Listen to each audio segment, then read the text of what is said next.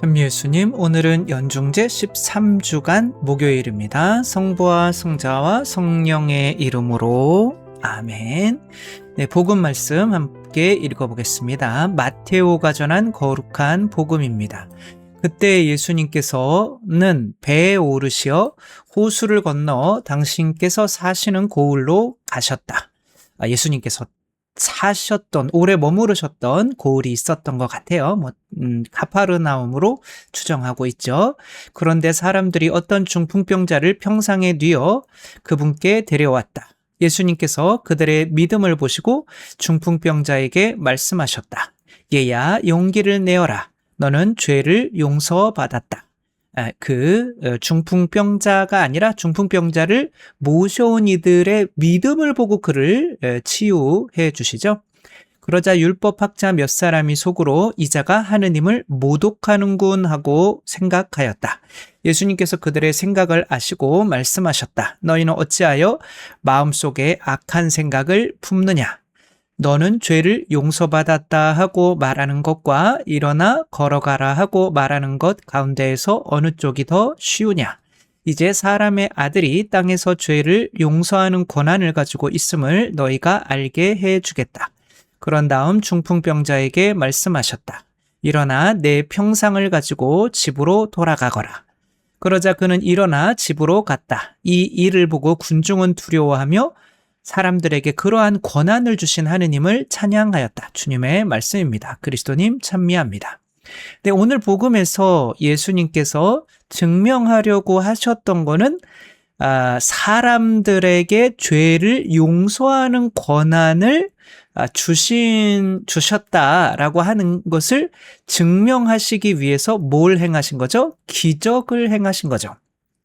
이제 기적은 눈에 보이는 어떤 치유의 이런 것인데 그것이 눈에 보이지 않는 병이죠. 우리 죄라는 게 그 눈에 보이지 않는 병이 치유되는 것과 같다. 우리 안에 있는 죄가 벗겨지는 것이 육체적인 병을 치유하는 것을 통해서 육체적인 병을 치유할 수 있는 능력이 있다면 그 사람에게 하느님께서 죄를 용서하는 권한도 주셨을 거다.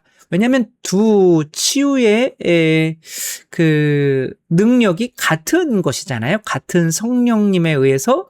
그래서 개신교에서는 어떻게 사람이 사람을 용서할 수 있느냐라고 하면서 성령을 받아라. 누구의 죄든지 너희가 용서해주면 용서받을 거고 용서해주지 않으면은 용서받지 못한 채 남아있을 것이다. 이렇게 분명히 죄를 용서하는 권한 그리고 너희가 다른 이들의 병을 치유해주고 라고 하면서 치유하는 그런 권한까지 주고 우리들을 교회를 세상에 파견을 하셨는데 병의 치유라고 하는 것은 믿으면서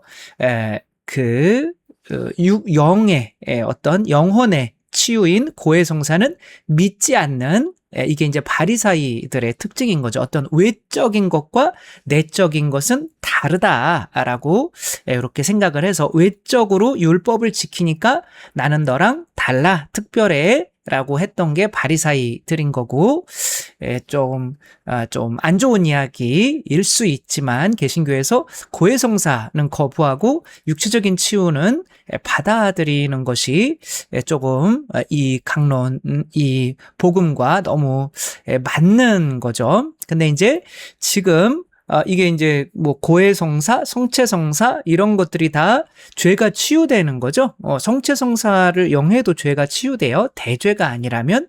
그러니까 그런 어떤 영혼의 치유, 영혼에게 생명을 주는 이런 성사들이 가톨릭 교회 내에서도 많이 조금 그 믿음이 약해진 것이 사실인 거죠. 코로나와 같은 경우 성체성사를 많은 분들이 버렸죠. 그러니까 그 전에 성체성사를 통해서 혹은 고해성사를 통해서 내 죄가 용서받는다라고 하는 그 치유의 것을 믿었다면은, 그리고 그런 것을 좀 체험을 했다면은 성취성사, 고해성사를 포기할 수는 없겠죠. 냉담할 수는 없겠죠. 그러니까 뭐 수십 년 신앙생활을 하더라도 그것에 대한 믿음이 나에게 생기지 않았다라고 하는 게 이제 냉담자가 많아지는 그런 이유인 거죠. 그러니까 마찬가지로 요즘 교회에 그렇게 성사에 대한 믿음이 약해지는 것은 예수님께서 하셨던 이 치유의 능력, 그것이 약해지기 때문인 거죠. 그러니까 성사가 의미가 있다라는 것을 증명하기 위해서 육체의 병을 치유하셨잖아요. 근데 그런 어떤 치유의 그런 기적들이 교회 내에서 많이 일어나지를 않으니까 교회가 사람의 죄를 용서하고 예수님의 살과 피로 우리에게 영원한 생명을 넣어주는 그런 것에 대한 믿음이 사라지는 거죠. 그러니까 외적인 치유를 통해서 어떤 성사, 내적인 치유에 대한 믿음이 오는 거죠. 그런데 요즘에 이렇게 교회 내에서 그러한 권한이, 과연 죄를 용서하는 권한이 있나? 예수님의 빵과 포도주를 예수님의 살과 피로 변화시키는 그런 능력이 사제들에게 있나? 병도 치유 못하는데 뭐 이렇게 가는 거죠. 그게 맞는 이야기인 거예요. 근데 그래서 예수님께서 이들의 믿음을 증명하기 위해서, 믿음을 키워주시기 위해서 외적인 치유의 어떤 능력을 보여주신 거죠. 그게 그들에게 그러면 죄 용서하는 권한도 이 교회에 주어졌겠구나라고 사람들이 믿게 되는데, 지금 이제 뭐 다 저를 향해서 말하는 거죠. 뭐 저도 사실 그런 치유의 기적을 잘 못하니까 그런 치유의 기적이 왜 이렇게 사라졌을까? 그것은 저희 탓인 거죠.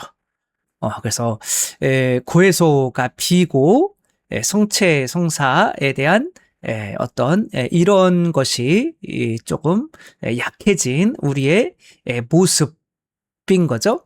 이제 러시아를 망하게 만들었던 요승이라고 하죠. 그렇죠? 이게 무슨 본인은 수도자라고, 러시아 정교의 수도자라고 하지만 실제로 수도자는 아닌데, 수도자인 척 하느님과 맞닿은 척, 그리고 그 왕실의 그 결핵인가요? 혈우병인가요?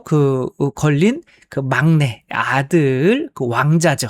왕자를 치유해주겠다. 그러니까 이 사람이 이렇게 치유를 하니까 이제 뭐 그런 어떤 치유의 능력이 있었다고 사람들에게 이렇게 표현이 되는 거죠. 그러니까 그리고 실제로 치유되는 거를 보니까 이 사람을 믿게 됐지만, 이 라스푸틴이라고 하는 사람은 그런 외적인 치유의 능력을 통해서 자기의 보이지 않는 권한을 행사하게 되죠. 내가 이렇게 이 사람은 자르고 이 사람은 이 장관에 앉히고 이렇게 하면은 나라가 잘 될 거다. 그래서 복상망했죠. 그러나 실제로 이 치유는 능력이 아니었어요. 이 왕자는 뭐 혈우병인가, 아무튼 그걸 죽을 때까지 나중에 어떻게 가족 전체가 이렇게 한꺼번에 죽게 되는 이제 그런 길로 가게 되는데, 제 기억으로는 아무튼 그게 죽을 때까지 그 병을 이제 알았었는데, 약간 사람이 믿게 되면 기분이 좋아지고 기분 탓인 거죠. 그렇게 치유됐다고 믿어가지고 엄마 아빠 나 몸이 좋아진 것 같아, 뭐 그렇게 하니까 이제 믿게 된 거죠. 근데 실제로 치유의 능력은 악인들에게 들어갈 수가 없겠죠. 왜냐하면 치유라고 하는 것은 그 상대의 병을 내가 대신 짊어지는 거기 때문에 그런 거죠. 그 구약에서 이사야 예언자가 예수님에 대해서 예언을 하면서 우리의 병고를 짊어지시고 그가 그 병고를, 우리의 병고를 대신 짊어진 그 구리뱀이었던 거죠. 그 대신 짊어지고 대신 죽었으니까 우리의 병이 이제 치유되었다. 예수님의 십자가를 이렇게 말씀을 하시죠. 그러니까 치유의 어떤 능력은 그분이 우리의 죄를 대신 짊어지시고 우리의 치유를 위해서 목숨을 내어놓을 줄 아는 것에 대한 상으로 오는 것이 치유기 때문에 진짜 치유는 뭐 사탄이나 이런 것들이 악인들이 하는 이런 거는 그렇게 보일 수는 있지만 진짜 치료가 안 일어난다는 거죠. 그건 일어날 수가 없어요. 악마가 사람의 병을 고쳐줄 수가 있다. 그래서 뭐 어떤 그러니까 사람이 믿으면 어느 정도까지는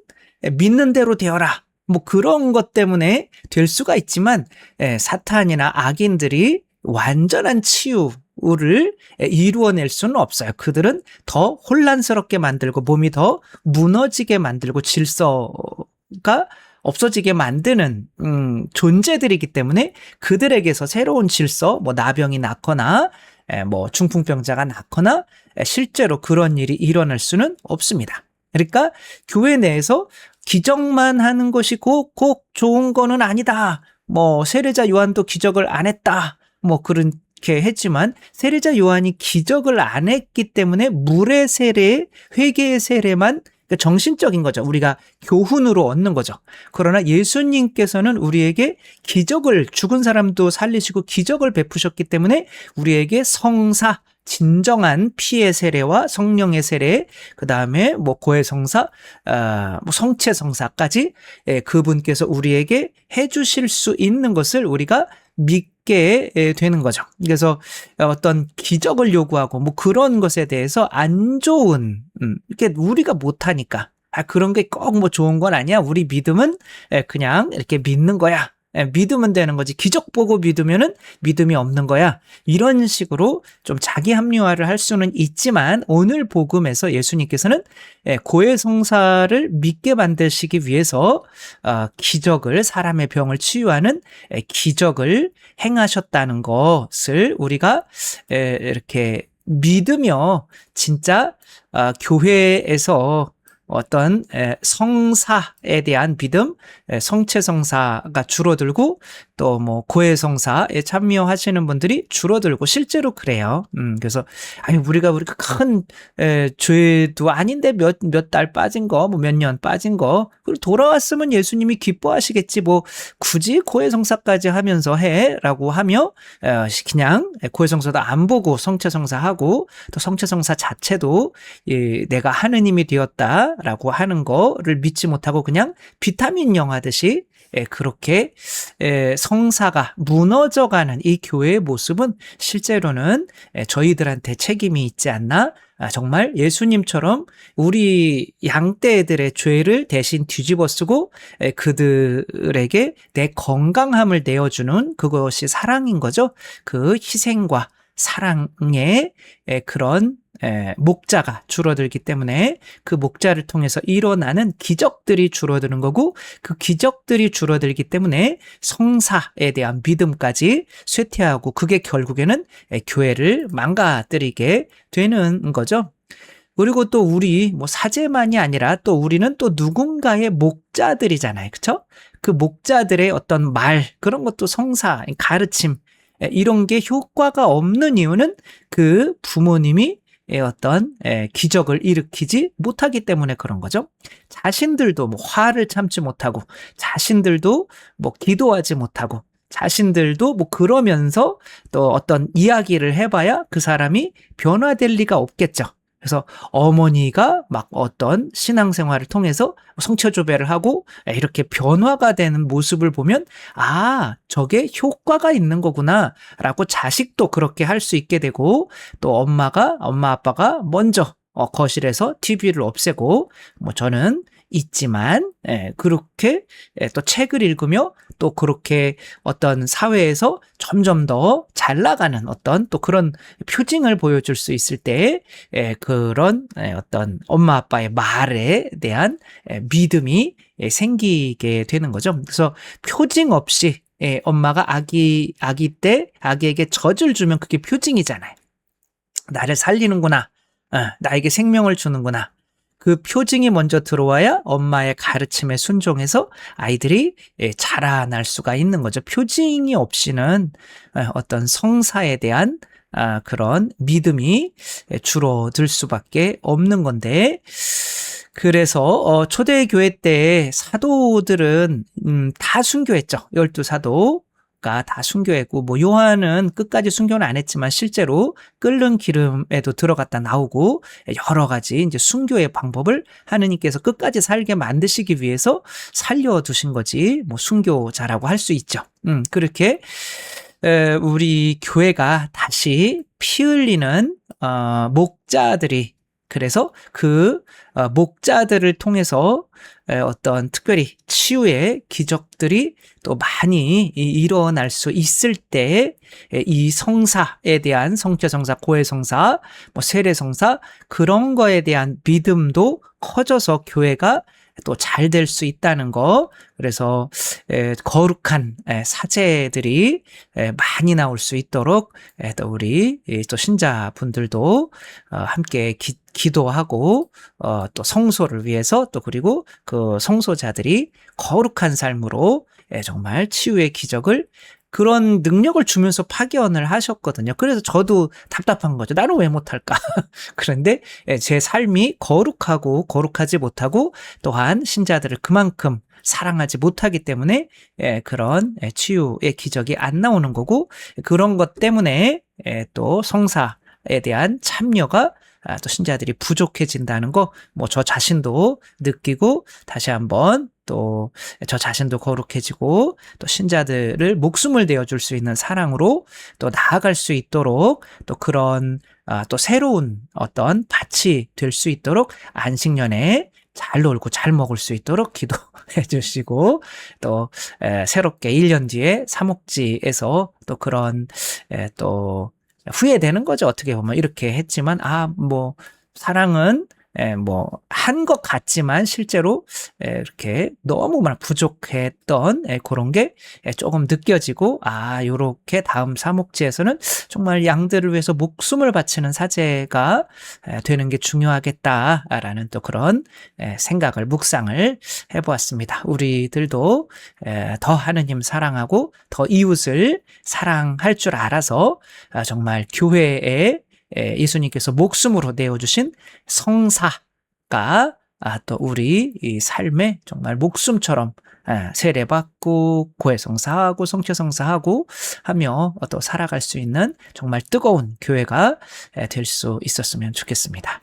주님께서 여러분과 함께 전능하신 천주 성부와 성자와 성령께서는 여기 모인 모든 이에게 강복하시어 길이 머물게 하소서. 주님을 찬미합시다. 하느님 감사합니다. 성부와 성자와 성령의 이름으로 아멘. 감사합니다. 사랑합니다.